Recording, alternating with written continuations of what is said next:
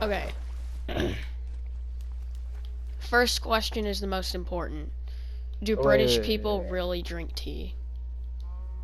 Um, I mean, honestly, if you asked that question, over 50 years ago, you would have been right.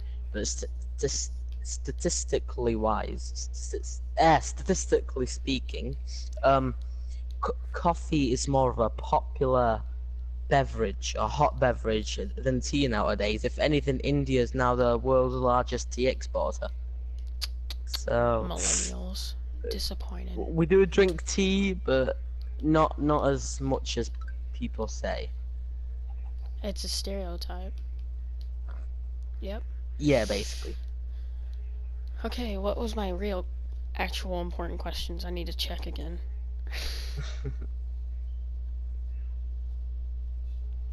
Okay. First question. Um, Mhm. define socialism. Like, what is socialism? What's a socialist? I mean, socialism has many aspects to it because it's kind of one ideology mixed that could be mixed in with different views of that same one ideology. Because if you ask anyone what is socialism and someone else what is socialism, they're both going to have different views. I guarantee that because some of them might be, for example, a democratic socialist, which is, for example, a lighter version of socialism, but still within the spectrum of socialism itself. And Mm-hmm. so when we talk about socialism, if you asked a communist what is socialism, they'd say the period before communism, because if you're not an anarcho-communist, which I'll explain that later, don't worry about it. Um, if you're just a regular, normal communist, like a Marxist-Leninist, for example, most of them would quote this. The goal of socialism is communism, basically meaning that if you want communism, you have to have a socialistic period, if that makes sense. So there needs to be socialism before communism could be achieved, if it is achievable, that is. Um, so pretty much, it's kind of similar to communism, but the less extreme version, as you say, or the more friendlier version.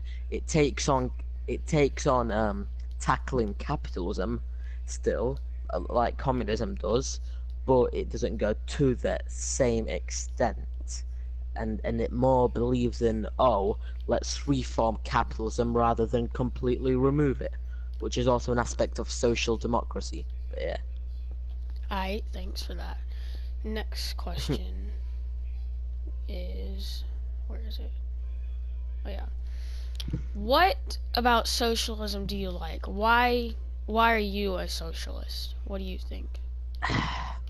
I mean, you could say why you were socialist slash communist, but whenever I say I am a communist, I don't exactly mean that I believe in the whole views of communism. That, oh, I want this. No, when I say about this, it's mainly my approach to anti-American capitalism, for people to have rights, for people to strive to continue, and that's the whole point. Because the word communism to me is now more of, let's oppose this capitalistic system that only work for the elite, for the upper class, which I do believe in, and some people obviously have different views about that, but communism to Mm-hmm. me has become more of a, come on, we got to combat this. It's something to revolt with. It's a word that strives to unite their people and not split them between different classes. That's what socialism and communism to me is. That's the good part about it, is that it unites people. It's there for the people, whether you like it or not, whether you think it is good or not. The whole point of it is to unite them, not to split them. Yeah. Okay. Um. The next question I have. Why do you despise capitalism or hate? Why, like, what about it do you not like? Yeah. Well, I mean, to be fair, the first time capitalism was made, like the existence of capitalism itself, I think that was a good idea because there used to be feudalism before it, which is absolutely horrible. And capitalism, sought to overthrow feudalism, and it worked. And that was like what 400, 500 years ago, and 600 years ago even. And now I just feel it's more of outdated. We need a newer, fresher system, which I believe could be socialism, or if you want to go to the more extreme of communism. So, in capitalism, in its sense, it's only a thing that works for the rich. For example, it's all about um, you, you need to do this and this to get loads of money in order to survive. Um, so it's capitalism to me seems more of, yeah, let's just exploit the working class, because if you look at how things are run, they're only made for the rich nowadays. Like even the most popular spot, which they want the lower people like us, um, the not rich people to go to. For example, Dubai, it's technically made for everyone, so they want as much people to go there, but it's actually made for the rich secretly. Because trust me, I've been there, and if you go there, you can see how it's basically made for the rich, like skyscrapers, hotels, these fancy things you see on pictures. They're only made for the rich. They're not made for you and me. Okay. The next question was, Mhm. what what's the difference between communism and socialism? In the easiest way Well, to explain it. okay, I'll try this. Over time, it's changed. They've been a bit more split. If you asked that 120 years ago, for example, during the time of Lenin, the Russian communist, uh, it would have basically meant the same thing, but they've taken more of a split stance. They have the same goal in a way, which is to put the working class. The working class also includes middle class, by the way.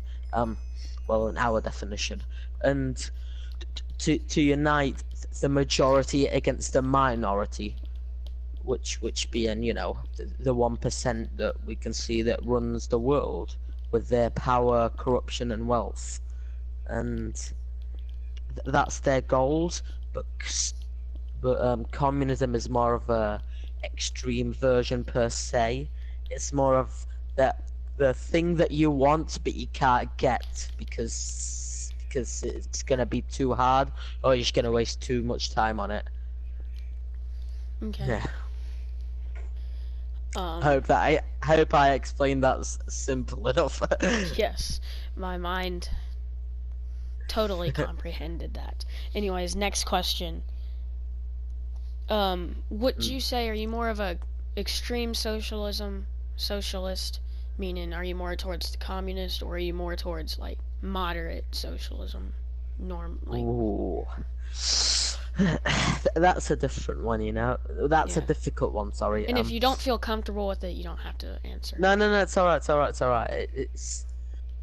It's hard to answer in a way because I'm a bit of both. And if there's something in the middle, that would basically be me. Because I think the moderate, the less left wing socialist, they're they're not that good enough, and I think the ones that are extreme are just too Too too extreme. ideal. It's just too good to be true, or they're just really bad, like Antifa, for example. Those anti-fascist group. But yeah, so I mean, I like this. Think of social democracy. So capitalism mixed with a bit of socialism. Think of that, yeah? Where, for example, free Mm-hmm. healthcare is an aspect of socialism but still in capitalism.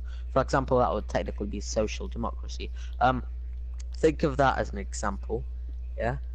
Yeah. Um, social democracy, but I like the social democratic views, but a bit more socialist. So in a way, a democratic socialist, which is basically socialism, but a little less socialistic, if that makes sense.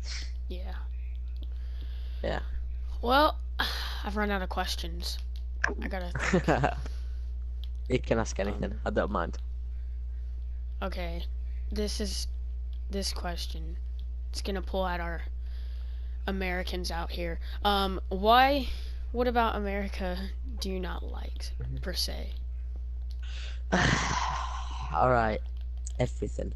I'm sorry, but yeah, literally everything. Like Americans themselves, if you take the politics out of them, I think they could be a bit, you know, kind of nice people. But I feel like from such a young age, they've been brainwashed into thinking, oh, look, America is that good, even though, oh, it's that bad, but don't worry, in Europe or somewhere else, it will be even worse. So just stay here, and yeah, it's the best you've got, and you can't change it because if you try, then you'll D- break the whole country, which is I think what basically they're told from a young age. Because as you can see, loads of propaganda posters in America. Oh, vote this for 2020, 2016, 2012, etc., etc. Um, and they're taught about that American dream. It's why America's populated in the start. It's it's um, come here. It's much better than what you got in Europe. Yeah, and then there's this American dream. You can work hard and get what you want, which I think people have been lied to. Um, and then you also got the media like Fox News, etc. Oh, free healthcare is bad. It will bankrupt our country. Well, I don't think that's true because our NHS, our National Health Service, which provides our free healthcare, was founded 3 years after the Second World War, where we had a bankrupt economy. So, so if a bankrupt economy could do that, just think of what a progressive economy could. And it's just one of the things that Americans that I don't like about them is that they always defend their country no matter what. And I think that that's a bad thing for people to do because if you don't critique or criticize something, you're going to be blinded by it and it's going to grow bigger and bigger and bigger. And then in the end, it's just going to get worse. So I think there needs to be more criticism and more reforms, and especially that fear of communism or socialism or free healthcare is good, but oh wait, that's an aspect of socialism or communism. We can't have it. Oh, so yeah. So basically, the politics I don't like about the United States. okay. Next question. Hmm. Ooh, I don't know. All right, I'm asking anyways. What about America do you like? What like is there Do any I aspect like? of it that you do like? Oh, I mean, to be fair, I was one of those people that thought when I grow up I should go to America because life is better there.